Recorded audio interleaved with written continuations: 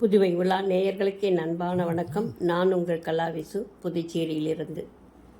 விண்ணிற்கும் மண்ணிற்கும் நாதனாகிய விநாயகக் கடவுள் பார்வதியின் செல்லப்பிள்ளை, முருகக் கடவுளின் அன்பு அண்ணன், பரமசிவனின் தலைப்பிள்ளை, முழு முதல் கடவுள் என்றெல்லாம் அனைவராலும் வணங்கப்படும் விநாயகருக்கு பிறந்த நாள்.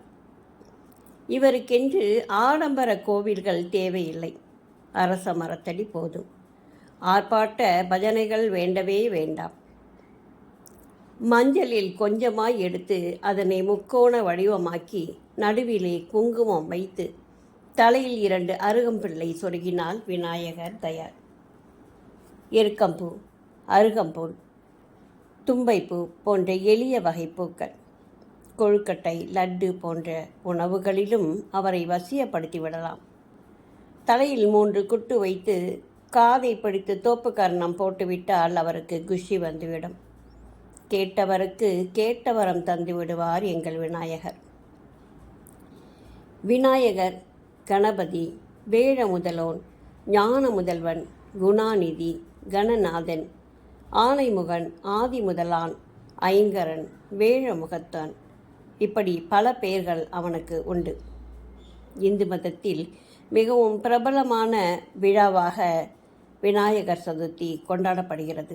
பார்வதி தேவி விளையாட்டாக செய்த களிமண் சிற்பம் மிகவும் அழகாக இருந்ததால் அதற்கு உயிர் கொடுத்து தனது பிள்ளையாக மாற்றிக்கொண்டாராம்.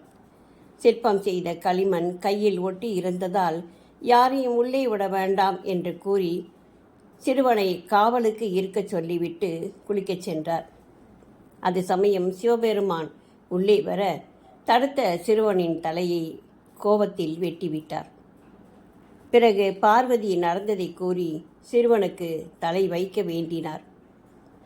சிவனின் கட்டளைப்படி தேடி சென்ற பக்தர்கள் முதலில் பார்த்த யானையின் தலையை கொண்டு வந்து தர யானை தலை சிறுவனின் தலையாக மாறியது. மராட்டிய மன்னன் சத்ரபதி சிவாஜி காலத்திலிருந்தே கொண்டாடப்பட்டு வந்தாலும் காலப்போக்கில் கலாச்சார மாற்றமடைந்து மாபெரும் திருவிழாவாக கொண்டாடப்படுகிறது.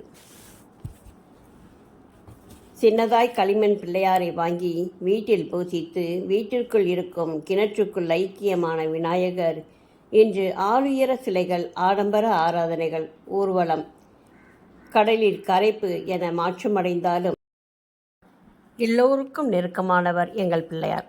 அனைவருக்கும் விநாயகர் சதுர்த்தி வாழ்த்துக்கள். நன்றி, வணக்கம்.